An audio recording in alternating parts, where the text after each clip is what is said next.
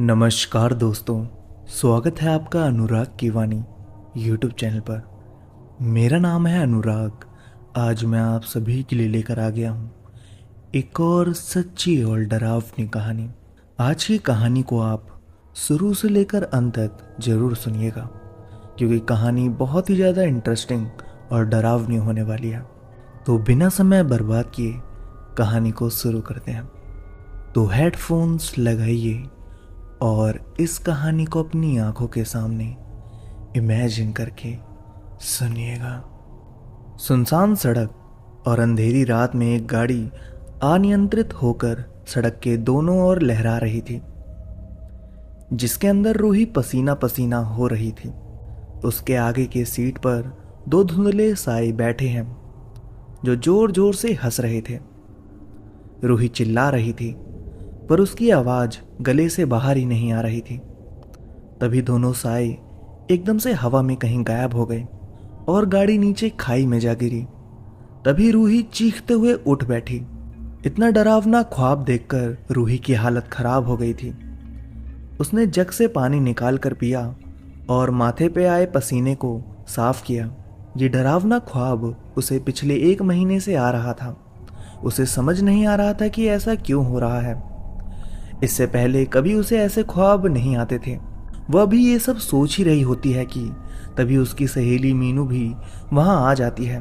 तो उठ गई महारानी, इतना बोल के जोर जोर से हंसने लगती है। पर जब रूही कोई जवाब नहीं देती तो मीनू उसके पास आकर कहती है कि क्या हुआ, फिर से वही डरावना ख्वाब देखा क्या? जिस पर रूही सिर्फ गर्दन हिलाकर हाँ में जवाब देती है। इस पर मीनू कहती है कि मैं तो तुझे कब से बोल रही हूं कि चलकर किसी पुजारी या पीर को दिखा देते हैं, पर तू सुने तब ना। जिस पर रूही कोई जवाब ना देकर बाथरूम में घुस जाती है। ये सब देखकर मीनू खुद में ही बड़बड़ाने लगती है, मेरी तो कोई सुनता ही कहाँ है, मैं पता नहीं यहाँ सलाह देने आती ही क्यों हूँ। इस बात पर रूही अंदर से ही बोलती है, मोटी अगर अब कुछ बोली तो बाहर आकर तेरा मुंह तोड़ दूंगी, और जोर जोर से हंसने लगती है। ये सुनकर मीनू भी मुस्कुरा देती है और किचन में जाकर दोनों के लिए नाश्ता बनाने लगती है। रूही और मीनू दोनों ही यूपी की रहने वाली और बचपन की सहेलियां हैं। अपनी पढ़ाई पूरी करके अब दोनों मुंबई में जॉब करने आई हैं। दोनों साथ ही रहती हैं और जॉब भी एक ही ऑफिस में करती हैं। रूही जब तैयार होकर बाहर आती है तो दोनों जल्दी जल्दी नाश्ता करते हैं और ऑफिस के लिए निकल जाते हैं। शाम को ऑफिस में ज़्यादा काम होने की वजह से रूही को रुकना पड़ता है। मीनू भी उसके साथ ही रुकना चाहती थी, पर रूही ने उसे ये कहकर भेज दिया कि उसे ज़्यादा समय लगेगा। अब रूही ऑफिस में अकेले ही रुककर अपना काम करने लगती है। अंकित, गाड़ी थोड़ा धीरे चलाओ प्लीज, ये कार है, कोई हवाई जहाज नहीं। इस पर अंकित हंसते हुए कहता है, कूल डाउन स्वीटहार्ट, कुछ नहीं होगा, तुम कितना डरती हो यार। और वो जोर जोर से हंसने लगता है। इस पर सपना नाराज हो जाती है और मुंह फेर कर बैठ जाती है।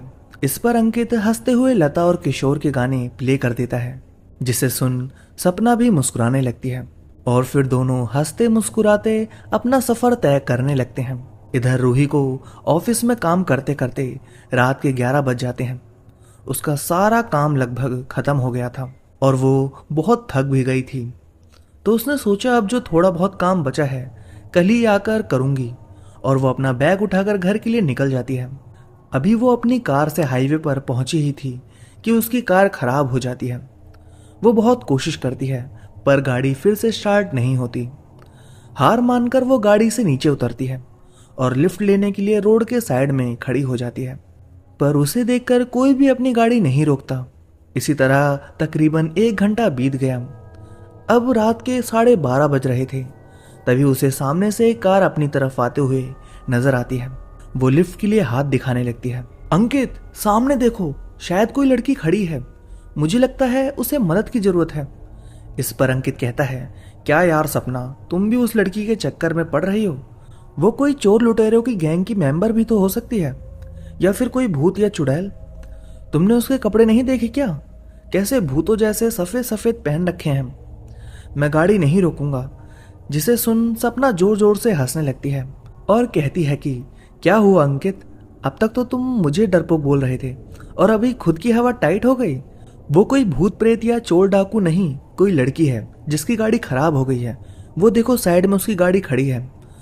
चलो अब उसको चल के हेल्प के लिए पूछते हैं। आए बड़े भूत प्रेत और चोर डाकू वाले और वो फिर हंसने लगती है। अंकित बेमन से गाड़ी रूही के सामने रोक देता है। जी हाँ, वो लिफ्ट मांगने वाली लड़की कोई और नहीं बल्कि रूही ही होती है। अपने सामने गाड़ी को रुकता देख रूही को थोड़ा सुकून मिलता है और जल्दी जल्दी गाड़ी के पास पहुंच जाती है। गाड़ी का विंडो नीचे होता है जिसमें सपना रहती है। वो रूही से पूछती है, क्या आपकी गाड़ी खराब हो गई है क्या? हम आपको कहीं छोड़ दें? ये सुनकर तो रूही को लगा मानो उसकी मन मांगी मुराद पूरी हो गई हो। उसने झट से हाँ कहा और गाड़ी में जाकर बैठ गई। रूही को गाड़ी में बैठे करीब 10 मिनट से ऊपर हो गए थे, पर किसी ने भी अभी तक कुछ बोला नहीं। इस पर सपना ही ये खामोशी तोड़ते हुए कहती है, आपका नाम क्या है? और इतनी रात गए आप यहाँ यूं सुनसान सड़क पर क्या कर रही थी? क्या आपको डर नहीं लगता? इस पर रूही कहती है कि मेरा नाम रूही है और मैं जॉब करती हूँ। दरअसल आज मुझे ऑफिस में काम ज़्यादा होने की वजह से रुकना पड़ गया और रास्ते में ये कार भी खराब हो गई।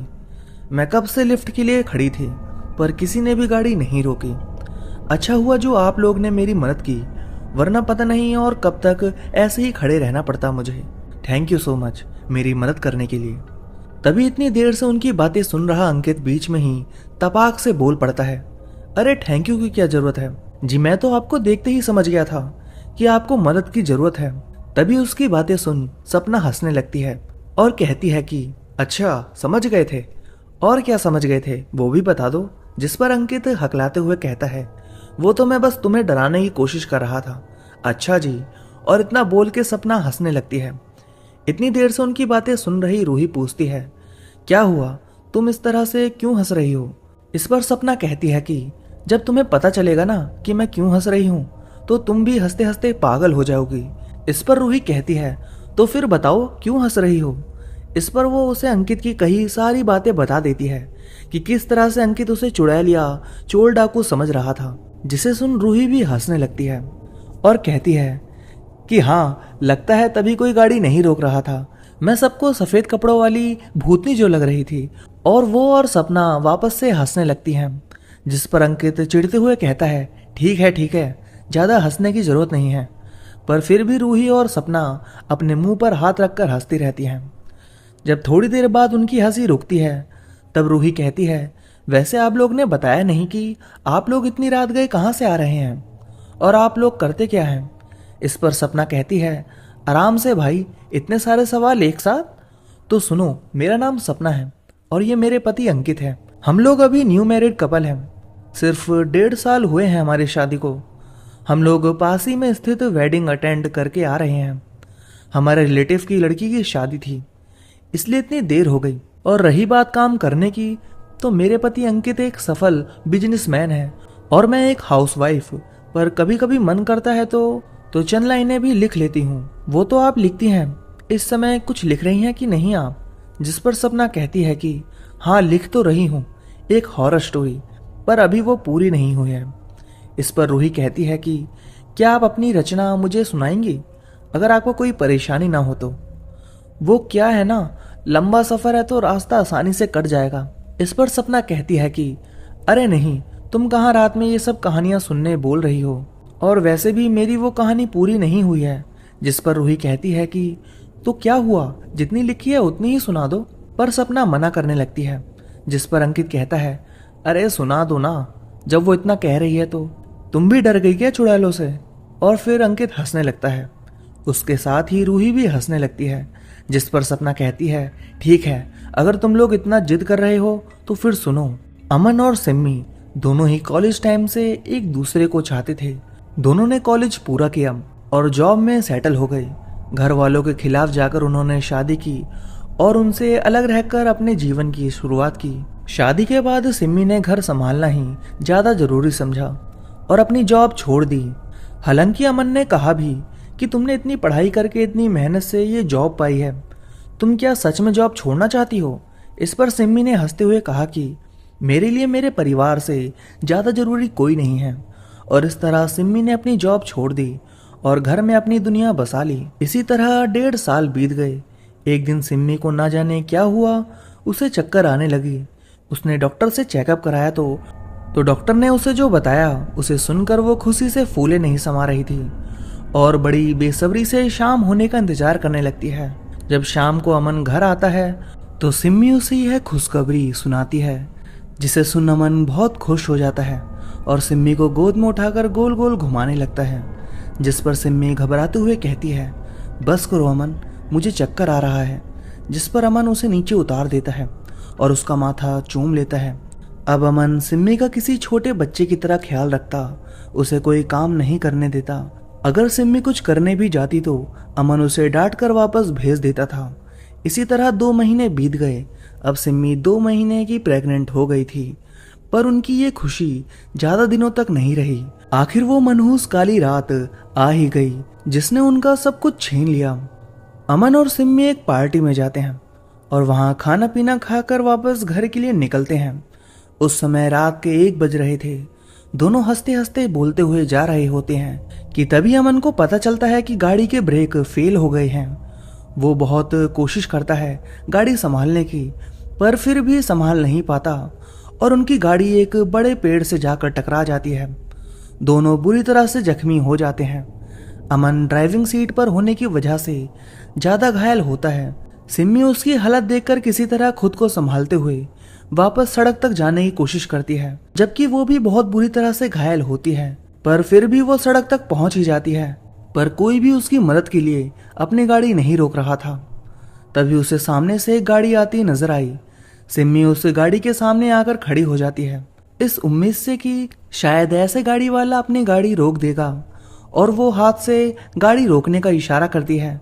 पर जैसा उसने सोचा था उसके विपरीत वो गाड़ी बुरी तरह से सिम्मी को टक्कर मार के निकल जाती है, जिसमें सिम्मी की बची कुची हिम्मत भी जवाब दे जाती है और वो किसी तरह खुद को घसीटते हुए वापस गाड़ी तक अमन के पास आ जाती है, जहां अमन अपनी आखिरी सांसें ले रहा था।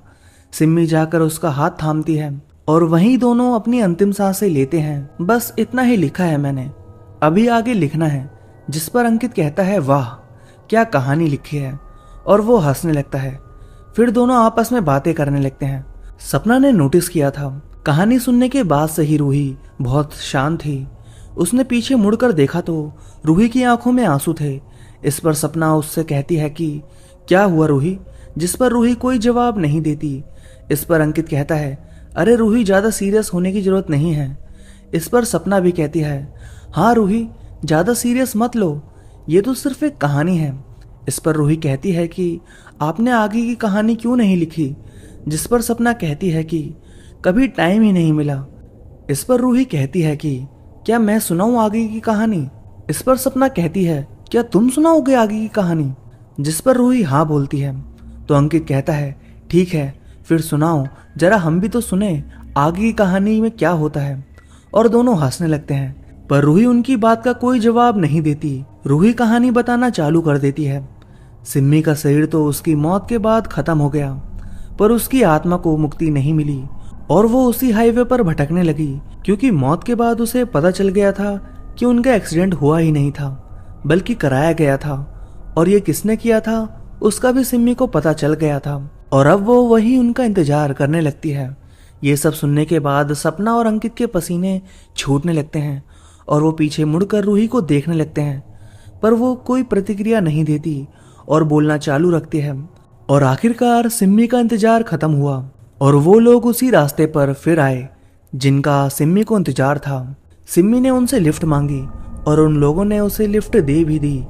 ये सब सुनकर सपना और अंकित को लगता है ये कहानी तो उनसे मिल रही है। इससे पहले कि वो लोग कुछ और सोचते, रूही कहती है कि गाड़ी में बैठे लोगों को अब लगने लगता है कि ये कहानी तो उनसे मिलती जुलती लग रही है। ये सुनकर तो सपना और अंकित के होश ही उड़ जाते हैं और वो 1 महीने पहले हुई घटना को याद करने लगते हैं। सिम्मी, अमन और सपना और अंकित चारों ही कॉलेज फ्रेंड थे।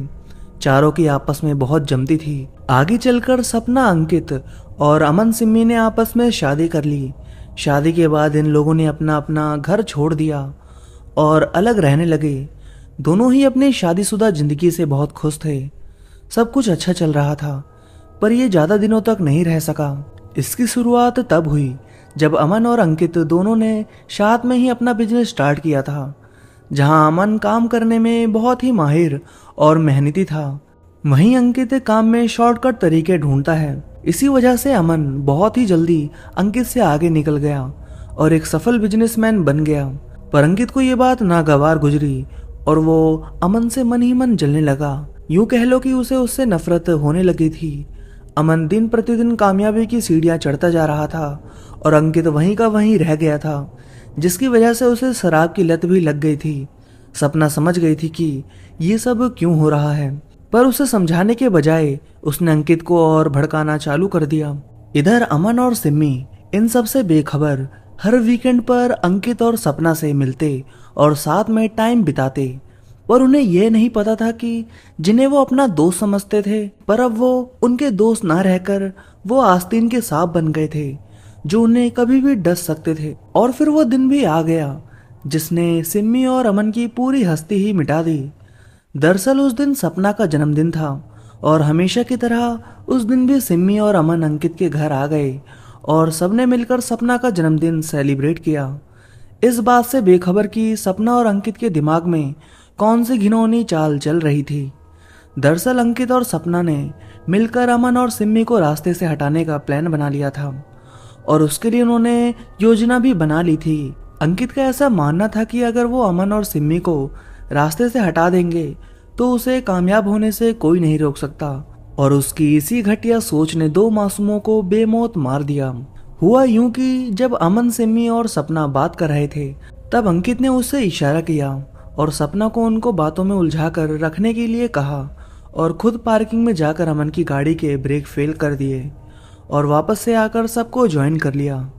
फिर थोड़ी देर के बाद ही अमन और सिम्मी घर के लिए निकल गए और रास्ते में उनका एक्सीडेंट हो गया। अंकित और सपना भी उनके पीछे ही आए थे और जब उन्होंने सिम्मी को दूसरे से मदद मांगते देखा तो उसे अपनी गाड़ी से उड़ा दिया।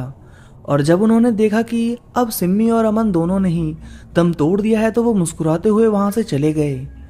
ये सब याद करते हुए सपना और अंकित के पसीने छूट गए थे। तभी पीछे बैठी रूही बोलती है, क्या हुआ सपना जी, आगे की कहानी याद आ गई क्या आपको? और वो जोर जोर से हंसने लगती है। इस पर अंकित और सपना पीछे मुड़ते हैं और किसी तरह हकलाते हुए बोलते हैं, कौन हो तुम? ये सुनकर रूही मुस्कुराने लगती है और कहती है, अभी भी नहीं पहचाना? और उसका रूप बदलने लगता है। देखते ही देखते उसके चेहरे और शरीर पर घाव के निशान उभरने लगते हैं जिसमें से खून बह रहा होता है। उसका एक हाथ अपने पेट पर होता है जहां से लगातार खून बह रहा होता है और वो सिसक रही होती है। तभी सपना की नजर रूही के चेहरे पर जाती है तो उसके होश ही उड़ जाते हैं और वो किसी तरह हकलाते हुए कहती है, सिम्मी तुम? जिस पर सिम्मी गर्दन झुकाए ही कहती है, क्या गलती थी हमारी, यही कि हमने तुम्हें अपना अच्छा दोस्त माना, तुम लोग पर आंख बंद करके भरोसा किया और उसका ये सिला दिया तुमने हमें। जो तुमने हमारे साथ किया उसके लिए तो हम तुम्हें एक बार के लिए माफ भी कर देते, पर मेरे इस आजन्मे बच्चे की क्या गलती थी जिसे तुमने दुनिया में आने से पहले ही मार दिया। अरे एक बार को भी तुम लोगों को तरस नहीं आया हम पर, हमारे बच्चे पर? ये बोलते हुए सिम्मी गुस्से से लाल हो गई और उसकी आंखों से अंगार बरसने लगी। ये सब देखकर सपना और अंकित के होश ही उड़ गए और वो सिम्मी के सामने हाथ जोड़कर गिड़गिड़ाने लगे, जिस पर सिम्मी ने हंसते हुए कहा, अब बहुत देर हो चुकी है दोस्तों, अब माफी नहीं सिर्फ सजा मिलेगी। और वो जोर जोर से हंसने लगती है। तभी अंकित की गाड़ी अनियंत्रित हो जाती है और खाई की तरफ जाने लगती है। अंकित बहुत कोशिश करता है पर गाड़ी को कंट्रोल ही नहीं कर पाता। गाड़ी लगातार खाई की तरफ बढ़ती जाती है। सपना और अंकित सिम्मी के सामने बार बार गिड़गिड़ाते हैं पर सिम्मी कोई जवाब नहीं देती और अचानक से गाड़ी में से गायब हो जाती है और गाड़ी खाई में जा गिरती है और वहीं सपना और अंकित की मौत हो जाती है। रूही की आंख खुलती है तो वो गाड़ी के अंदर होती है। उसे कुछ याद नहीं रहता कि वो अभी कहाँ थी और उसकी गाड़ी यहाँ क्यों खड़ी है। वो अपनी गाड़ी चालू करती है और घर चली जाती है। अगले दिन जब वो और मीनू नाश्ता कर रहे होते हैं तब न्यूज़ पर बताते हैं कि कल रात गाड़ी अनियंत्रित होने की वजह से एक और जोड़े की मौत हो गई। इस पर मीनू कहती है, मुझे समझ में नहीं आता, जब इन लोगों को गाड़ी चलाने नहीं आती तो ये लोग गाड़ी चलाते क्यों हैं? जिस पर रूही सिर्फ हल्का सा मुस्कुरा देती है। दरअसल हुआ यूं था कि सिम्मी और अमन के एक्सीडेंट के बाद रूही ही उन्हें हॉस्पिटल लेकर गई थी, क्योंकि रूही भी उस दिन उस रास्ते से गुजर रही थी। पर अफसोस उसे पहुंचने में देर हो गई और वो अमन और सिम्मी को बचा नहीं पाई। उसकी नेक आत्मा को देखकर ही सिम्मी ने उसे चुना अपना बदला लेने के लिए, और जब तक वो रूही के साइड में रही तब तक उस दर्दनाक हादसे को याद करके तड़पती रही, जिसे रूही सपने के रूप में देखती रही। और अब उसका बदला पूरा हो गया तो उसने रूही को छोड़ दिया और उसकी सारी यादें मिटाकर खुद मुक्त हो गई। अनंत आसमान की ओर चल पड़ी, जहां अमन बाहें फैलाए उसका इंतजार कर रहा था। और अब रूही को वो डरावने सपने भी आने बंद हो गए थे और अब रूही एक अच्छा जीवन जी रही है। तो दोस्तों, कहानी बस यहीं तक थी। आपको कहानी कैसी लगी कमेंट करके जरूर बताइएगा। तो अब मैं आप सभी से मिलता हूँ नेक्स्ट वीडियो में। तब तक के लिए धन्यवाद दोस्तों।